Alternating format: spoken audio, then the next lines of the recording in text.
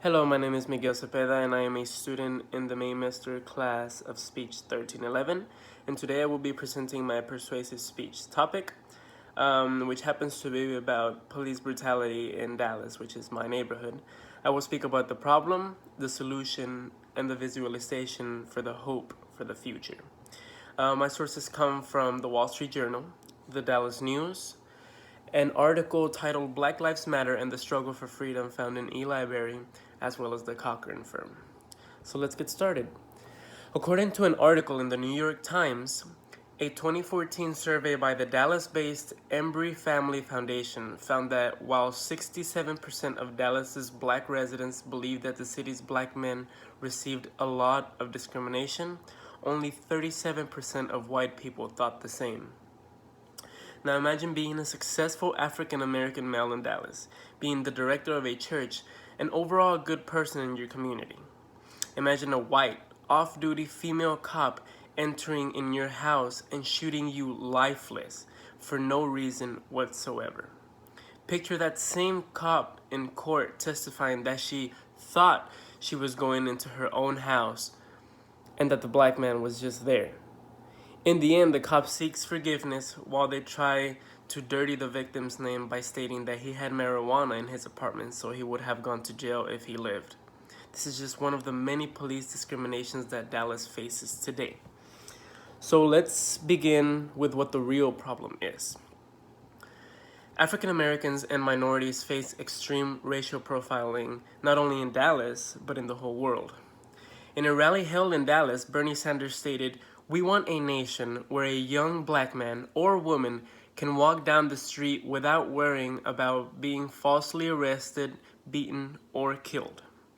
The Black Lives Matter organization rose from the uncontrolled police brutality and force used against African Americans.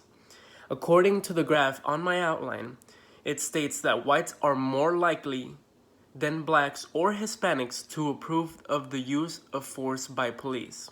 Why? Because white people do not get discriminated, profiled, or plotted out against because of their skin color. So the question is, what can we do as a community to solve this problem? Well, one of the solutions could be to investigate every police officer's background and see how they have handled a situation involving a minority. If they are aggressive or racist, they should automatically be terminated instead of having paid time off. With the solution, body cameras also come into play. The more cameras that there are recording a situation, the better evidence they can provide in the courtroom. Making cops give explanations about why they are arresting an individual will cut down on racial profiling. Even though cops are the law, they are not above it. Therefore, the rights that a police officer has should be the exact same rights that the minority being profiled and discriminated against should have. While protests and rallies help, they bring little to no change. So with the changes that I am proposing and asking for, what do you think the world would be like in the future?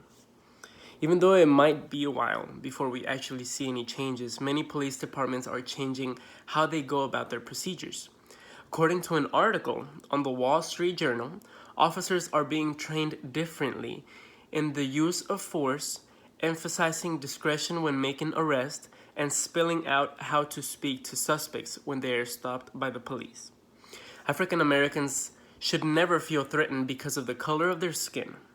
Imagine a world without any police brutality. A world where African Americans, Hispanics, and every other type of minority get along well with whites. A world where regardless of your ethnicity or skin color, you can live in peace. A decrease in brutality and discrimination would also decrease violence, leading to a safer community for everyone. As more and more unjust murders keep happening, future generations see these actions as normal parts of life, which they shouldn't be. So the time to make a change is now. Even though we are limited to what we can do, I urge everyone to go out and help make a difference by rallying and protesting against police discrimination. It is not fair that cops that kill innocent people just get paid time off and nothing more. Talk with your community to get more supporters. Educate the public on their rights and what to do when confronted with a racist officer. Reach out to the Cochrane firm with any case of police brutality and they will help. As stated on their website, they have experience helping innocent victims of police brutality pursue justice and compensation. Please call the Cochrane Firm today at 1-800-843-3476 for a free consultation. Again, thank you for your time, and I hope I was able to shed some light on an issue that affects not only my neighborhood of Dallas, but also millions and millions of minorities all around the world. Thank you so much.